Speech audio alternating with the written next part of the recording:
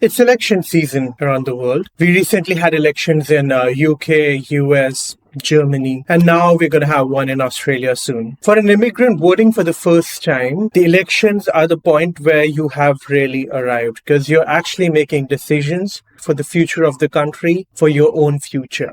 But what are the different aspects and different things that you need to remember when you vote for the first time? It's different than your own country, a country where you're born and brought up in, because you know how that country functions. But when you're relatively new and you go out to vote, it's important that you know various aspects of that country before voting, as to which political party stands for what you're actually voting for, and all those aspects. While going out to vote, one should remember that this is the opportunity that you have to be heard. We are soon going to have Australian elections, and this is the first time I would be voting for a federal election. So I thought that whatever I'm trying to understand right now about the functioning of my current government, the political parties involved, I think that would be something that will be great to share with you. Now, this won't be specific to Australia as such, but the idea here is to let you know that what are the different things that you should account for before going ahead and voting in these elections. So let's talk about the different aspects and different things that you need to take care of before you head out to vote. Let's begin. When a political party is out on an election campaign, there is a lot of misinformation going around. It could actually be coming directly from these political parties or from the people who support these parties. It could either be to prove that how messed up their opposition is, or it could be to create a scapegoat for all the failures of the ruling party. For example, right now in Australia, and I guess to some extent even in UK, one of the biggest issues is housing. And it's easy for a political party to create a scapegoat in the name of immigrants who are causing all this problem, without realizing it's the housing policies of the government that actually decide how many houses are made. And it's the immigration policy of the same government that decides how many people come in. But who becomes the scapegoat? The immigrants. Then in today's age of social media, it's very easy to create content that's going to make them look even worse. There's something that happened in Canada. They say that these are the folks who are actually dependent on Medicare and all these things, without realizing that it's only when someone becomes a permanent resident that they can actually get social welfare. At least in Australia, Medicare is something that's only available to folks who are permanent residents or citizens. They still pay the same tax, but they don't get as much back. So basically, there is an aspect that's often ignored, that the temporary migrants are the ones who are pumping the economy without getting much social welfare back. And we need to make sure that the news that we consume is not restricted to a specific echo chamber where the information is very skewed and biased towards one party. One way I go about doing it is, if I see a news which is very sensationalized, I try to look at the other aspect or other views on the same topic to understand how much of the news that I consumed is sensationalism and how much of it actually was facts. I often have this discussion with my friends where I believe right now the Labour in Australia would lose largely because they are the incumbent government. The thing is, public memory is too short. They remember their immediate issues and they blame whoever they can at that point. For example, right now there is a cost of living crisis in Australia. And who can we blame? The government. The Labour government right now is bearing the brunt of all the negative campaign in regards to cost of living. And people conveniently forget how it was under Liberals. The Labour have currently controlled inflation for fifth quarter running, whereas towards the end of last term of the previous government, we had 5 quarters of continuous increase in inflation. Now, I'm not advocating for one party or the other because they both have their own issues, but these are the things that people need to account for when they are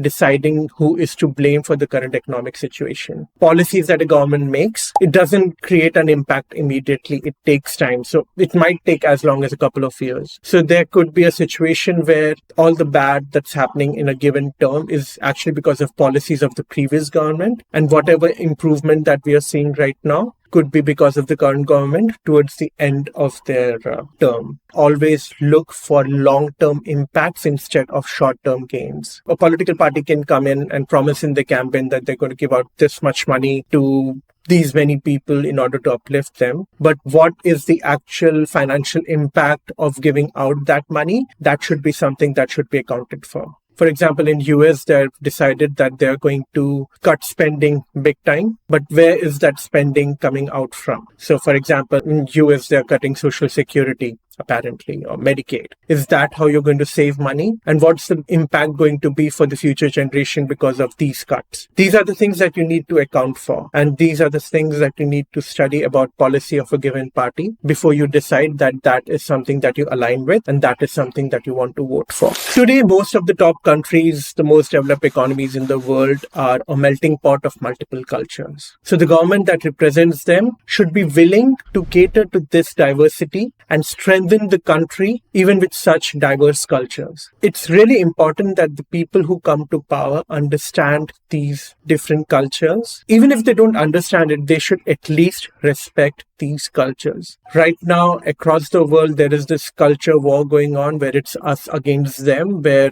my culture is being overshadowed by culture of the immigrants. In these culture wars, we often forget what the real issues are.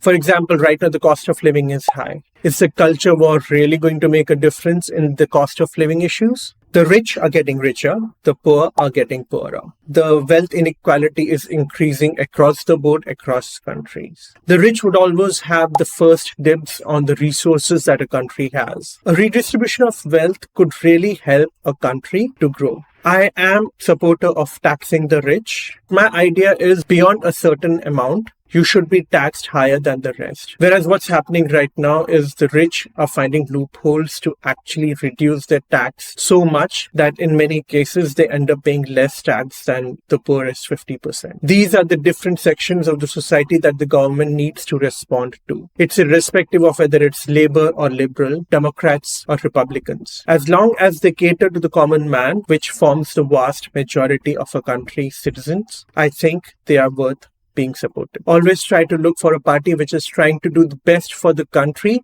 by not dividing the country, but getting everyone together, irrespective of class or the cultural background that they belong to. Talking about division in the society.